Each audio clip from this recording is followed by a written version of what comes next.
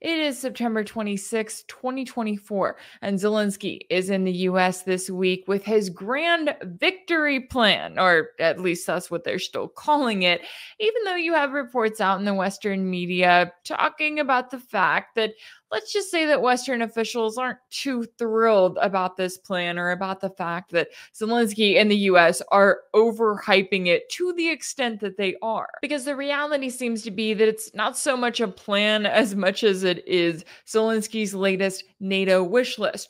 Oh, and his continued demand that the US get increasingly involved in a direct war with Russia, as in this case, he wants these restrictions lifted on long-range missiles so that he can use them deep inside Russia, and Russia has already made it clear that they know just how involved the US and other Western nations would be in carrying out those attacks.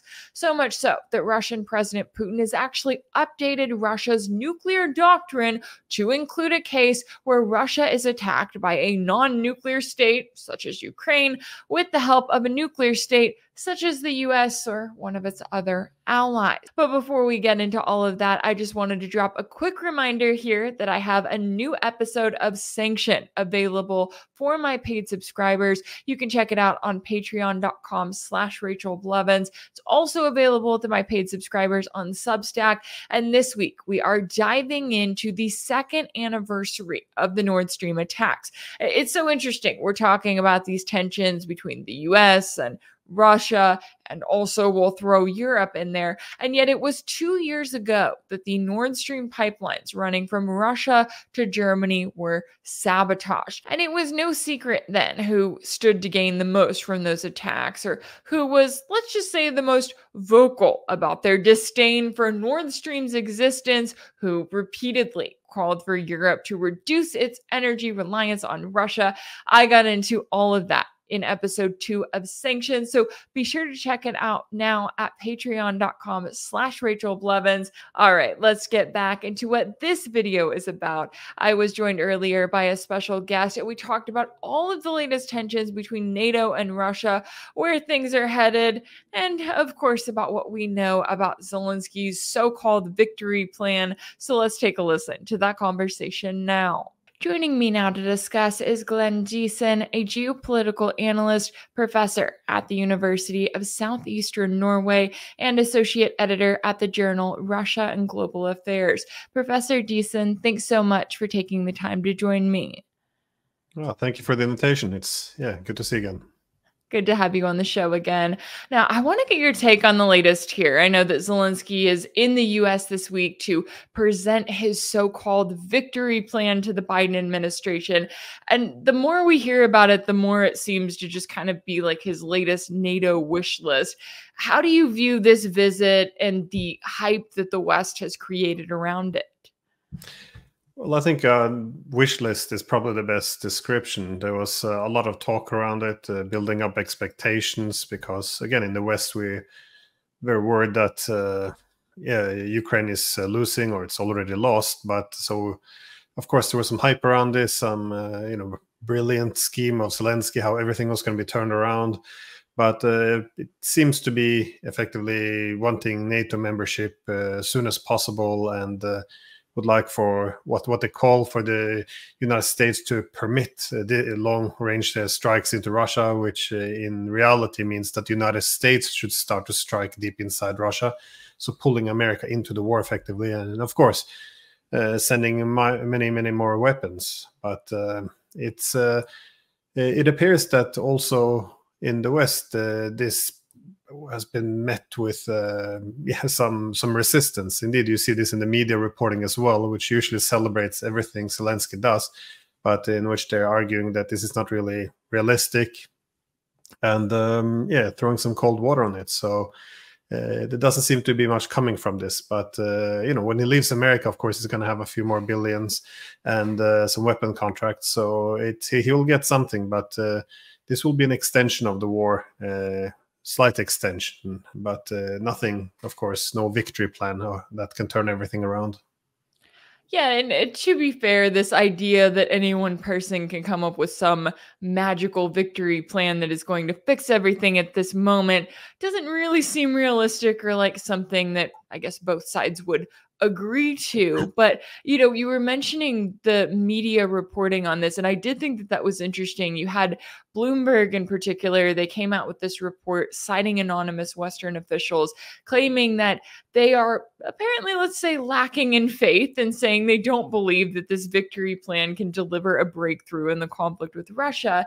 And while they are still eager to support Kiev for as long as necessary, they say that they need clarification about what Zelensky thinks peace with Moscow might look like. How do you think that the rest of Europe in particular views Zelensky right now? I mean, is there growing concern, and rightfully so, that he's increasing tensions and, as you were noting, trying to drag Western countries more directly into the ongoing war with Russia? Yeah, and I think this is the victory plan, and I often make the point as well. This is the commonality at the moment between the war with Ukraine and Israel. Is both countries are in deep trouble. Of course, Israel is not facing an existential threat, but both countries are in deep trouble, and pulling the United States into the war is seen as being a way out. Israel will probably succeed, but if Zelensky succeeds pulling in the US, it is a good chance it's going to result in a nuclear exchange. So one has to hope he doesn't succeed, because this we would enter this escalation ladder, which we wouldn't be able to get off. It would certainly get out of control. But I also get the feeling now that there's more pushback also here in Europe. That is, the Germans seems to be discussing, or talking at least a little bit, about the need for peace at some point, to start talking again with Russia. Macron, even, one of the big war hawks, suggested we have to start talking about European security again, realizing that Russia is part of Europe, even though it's not part of NATO. Again, this, as Macron used to say this also before the war, before 2022 at least, stating the obvious, that European security without the largest country in Europe, it's not necessarily security. So there seems to be some shift, and this is also very predictable, because in any proxy war, you have the benefit of the war is good as long as you get to bleed the adversary, which we have been seen to be bleeding the Russians for 2.5 years. However, now that the Ukraine is moving towards collapse, this is more problematic, because if the war continues now, the Russians will probably then seize strategic territory, which is not in the West's interest. So I think now that the bleeding is, the Russians are stopping the bleeding, the casualty rates are increasingly in Russia's favor, and it looks like Ukrainian defenses are collapsing. This is a good time to begin stopping the war. Again, what is fascinating, actually, at the end of March of 2022, Zelensky, even in his own word, he even argued in an interview with The Economist that several Western states would prefer for Ukraine not to take the peace agreement with Russia, but instead pursue a long war to exhaust Russia, even if it meant the destruction of Ukraine itself and the deaths of many, many Ukrainians. So he said, this is not attractive for us, obviously. But then in the month after, when the United States and Britain offered him all these weapons to fight, if he pulled out of the Istanbul peace negotiations, they would then give him all the weapons he would need in order to defeat Russia. He effectively joined in on this long war instead. Now, this has also been confirmed, by the way, by the Turkish and Israeli mediators. Well, he got this long war, which he warned against, but the whole point of a long war is ideally you want if the goal is to exhaust adversary, you want a stalemate. And for a long time, we believed this was a stalemate, because the borders weren't moving that much, the front lines, that is.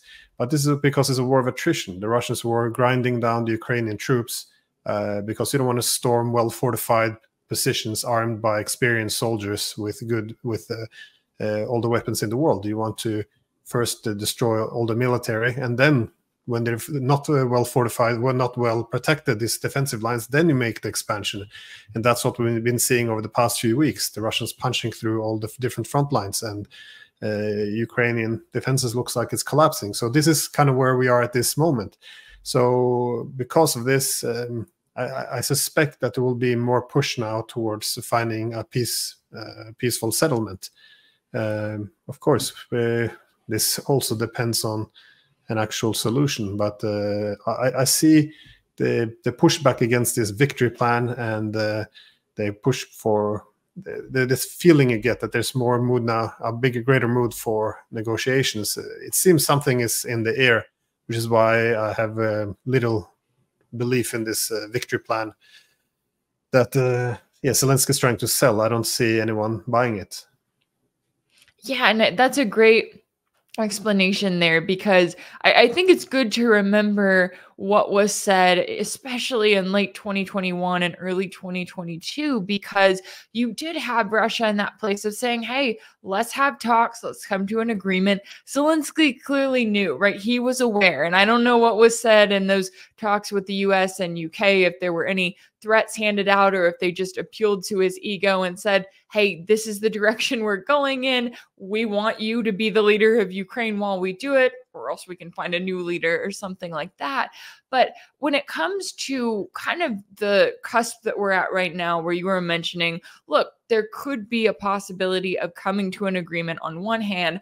On the other hand, we seem to have the topic of long-range missiles, which there was a time when even the US said, we're not going to send Kiev long-range missiles, right? That would be bringing us directly into the conflict with Russia. And yet they've gone down the slippery slope. Now you have Zelensky in the US begging them to lift the restrictions, which, as you noted earlier, that would get the US directly involved. They have to provide, the coordinates. They are directly involved when it comes to choosing the targets within Russian territory. And so you have this kind of push and pull here. You also have Russia on its end, with Russian President Putin this week announcing that he is changing Russia's nuclear doctrine, and that an attack on Russia by a non-nuclear state, such as Ukraine, that's supported by a nuclear-armed power, such as the US, will now be treated as a joint attack. So how do you view these current state of tensions? I mean, how close are we to this kind of push-pull of, headed to World War III versus a possible agreement that calms down the current tensions?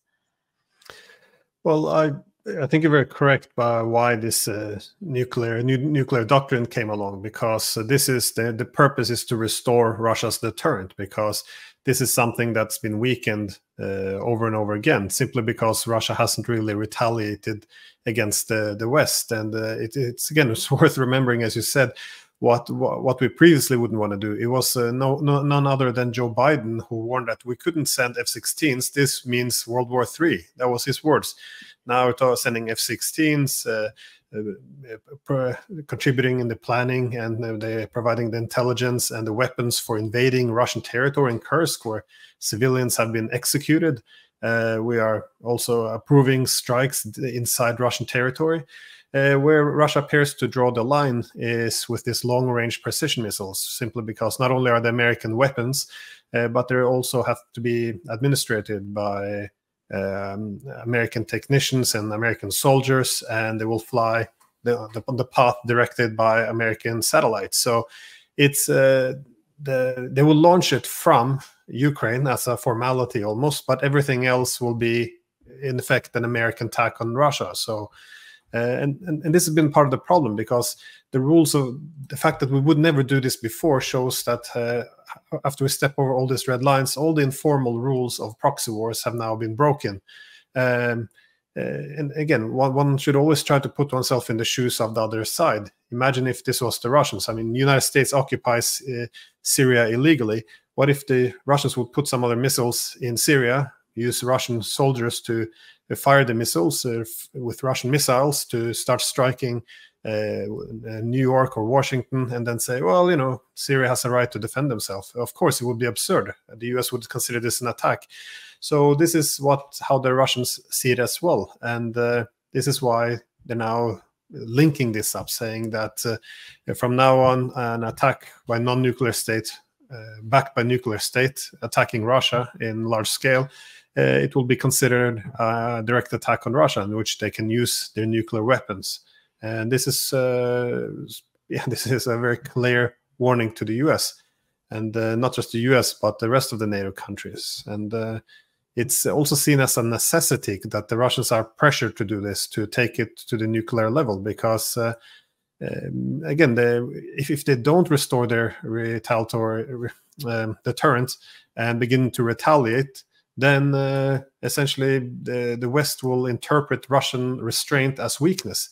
And this is exactly what we're doing. We read any Western media when they talk about, oh, if we should give long-range missiles, oh, well, you know, Russia's weak. They gave all these red lines before, and we stepped over them. Russia did nothing. So this is all nuclear blackmail, which is immoral to, you know, bow to. So we can't possibly do this. And again, this is what they're hearing very clearly in Russia. That is, their failure to hit back means that we no longer believe in their deterrent. So this is what they have to now bolster and actually begin to punch back. And so it's a very absurd conclusion we reached in the West, that they never did anything in the past, so we continue to escalate. But where does this logic go in its fullest? Are we going to start American and NATO soldiers flying jets and bombing Moscow, bombing the Kremlin?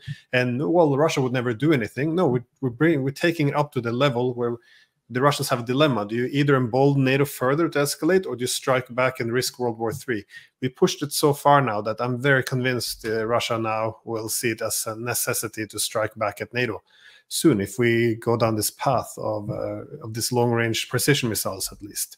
So this is my great concern now, and we don't seem to take nuclear war serious anymore, which is a great shame.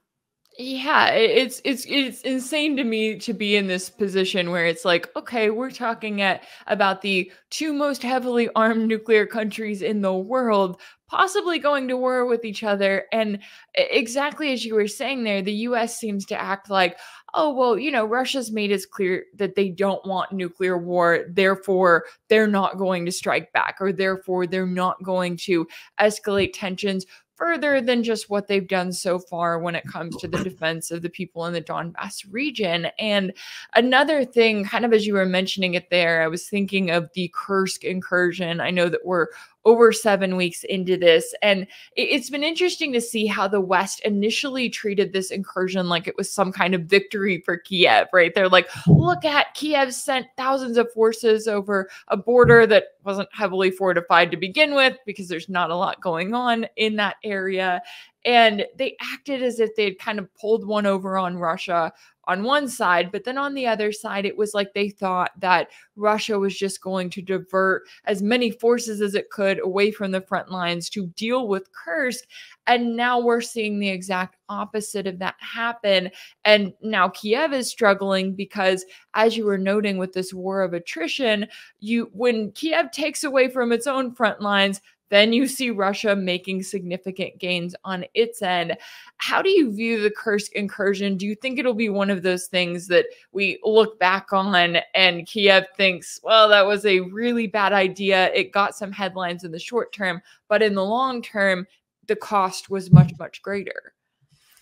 Well, I think the objective was probably to capture the Kursk nuclear power plant and use it as a bargaining chip, but they obviously failed to get that far. So once it's not achievable anymore, of course you don't make this argument anymore. So instead we're saying now, well, the point is to have a bargaining chip with the Russians, is to have a buffer. So all this different explanation.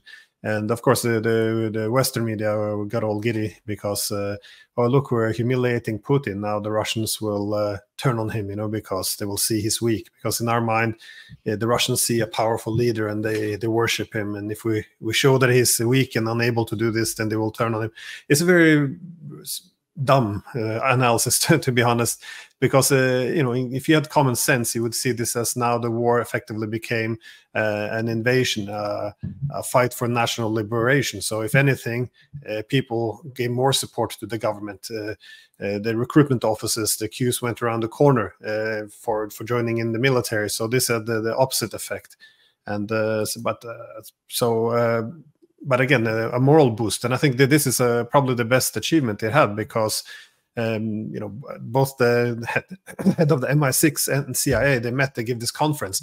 And when they were cheering on the Kursk invasion, they both referred to, oh, this changes the narrative. Ukraine isn't anymore on its back foot being defeated.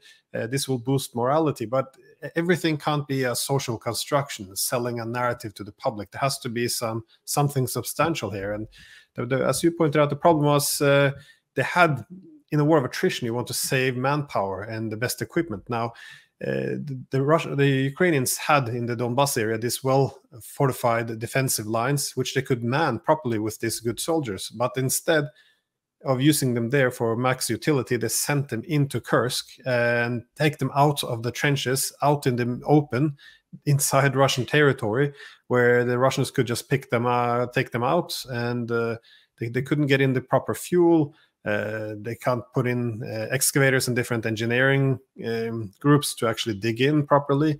So the further they go in, the more they spread out, the weaker they also became. So as I said back then, what is it likely that Russians will do? Well, they will first end the expansion so it doesn't go out of control. So they would send in the troops to prevent them from pushing further into Russia. And then once they're there, well, then they're in a very vulnerable position. Then the Russian could just start taking them out one after another, blow up all their equipment, take out their soldiers. And once they've been weakened to a sufficient point, they will start then to go on defensive to cut off this little Kursk pocket into smaller pockets with encirclements. And this is what they're doing now. So yeah, no, I think it was a big mistake. But again, everything is a media narrative. So first, it has to be sold as a brilliant move by Zelensky, and the West kind of absurdly had German generals on TV arguing, this is the first time you have a invasion of Russian territory. Last time it was them, it was actually the same place in Kursk yet again with the German tanks.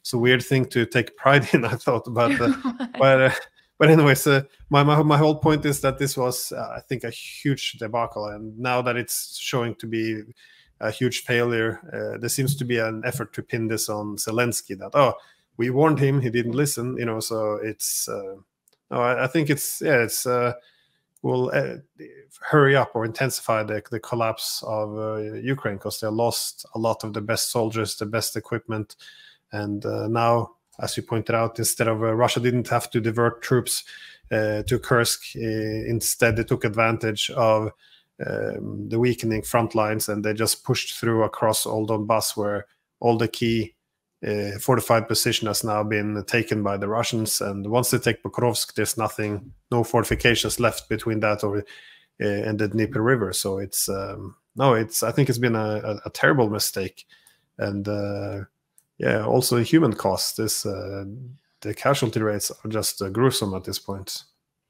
Yeah, to think of Kiev intentionally, and I'm with you. I'm sitting there going, okay, whose idea was this? And yeah, anytime you've got Germans on TV going, yeah, remember when we went up against Russia? It's like, maybe let's not celebrate that, but okay, the West doesn't seem to care anymore. They're like, World War II was long enough ago. We've forgotten all about it and about what side Germany was on.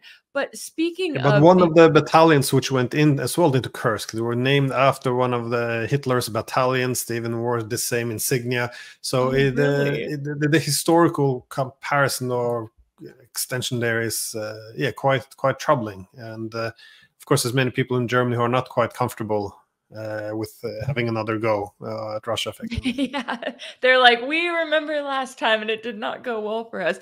And yeah, just the fact that it blows my mind. But going into, the position that we're in right now, the Russian advances that we have seen, and as you were pointing out there, when you're talking about Pokrovsk, you're talking about this Ukrainian logistics stronghold in the Donbass and Russian forces advancing towards it.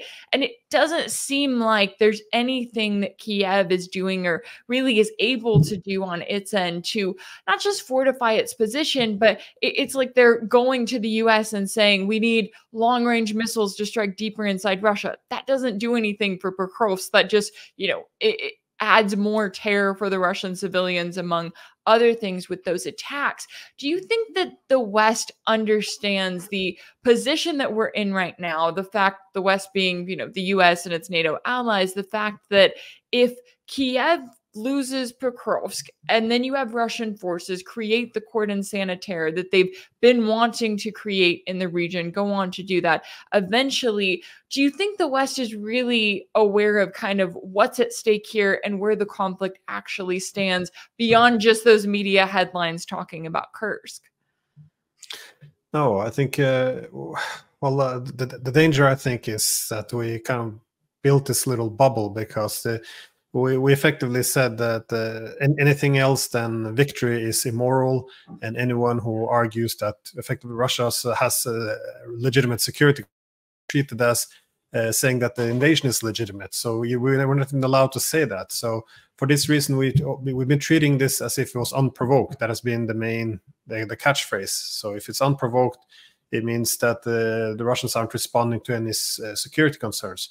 So I think it's going to be very hard for us to get an end to this because we're going to have to first recognize that NATO expansion, Russia considers this an existential threat, and irrespective of what we say, this is the reality that Russia sees and will act upon.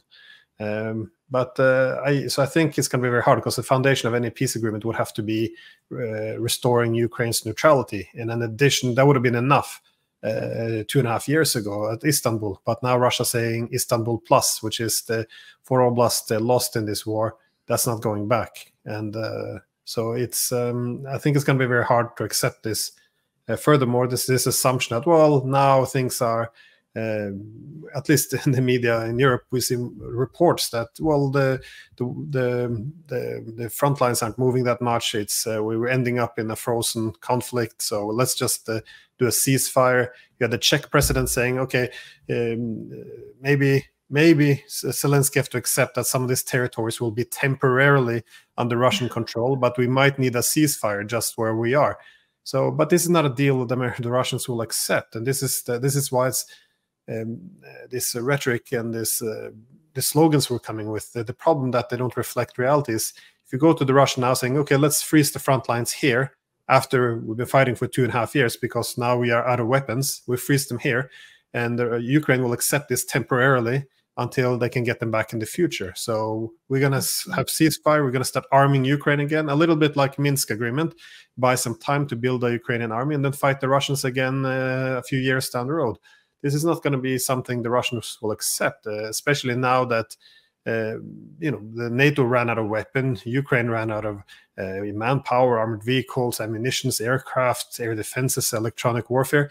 They took 2.5 years of knocking out all of NATO's military equipment, and now they're going to stop. Now that Ukraine is finally breaking, I mean, we can get the Russians to an agreement, but then they want a political settlement. Let's just say no NATO, and this is where the borders are.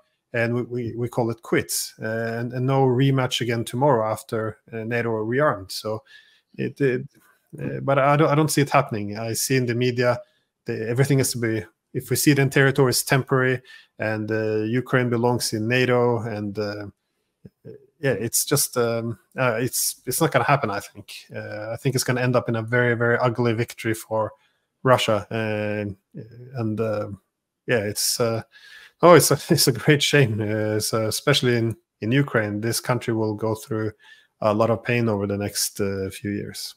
Yeah, and all of this could have been avoided, right? I think going back to the Minsk agreements, the Istanbul talks, every opportunity along the way to say, hey, let's not let it get to this. And yet the West has no shame and apparently no memory because they continue to escalate tensions further and further. Certainly a lot at stake here all around. And I really appreciate you taking the time to join me today to break down all of the latest here. Glenn Diesen, a geopolitical analyst, professor at the University of South-Eastern Norway, and associate editor at the Journal of Russia and Global Affairs. Thank you so much for your time and insight. Oh, it's been my pleasure. Thank you. If anything in this video resonated with you, be sure to like it, share it with your friends, leave a comment. And as always, don't forget to subscribe. And if you want to keep up with all of my work, make sure that you're subscribed to my page on Substack. That's rachelblevins.substack.com. If you want to support my work, you can also check out my page on Patreon. That's patreon.com/rachelblevins. That's where you can sign up as a monthly paid subscriber and join the community there. As always, thank you all so much for all of your support, and I'll see you next time.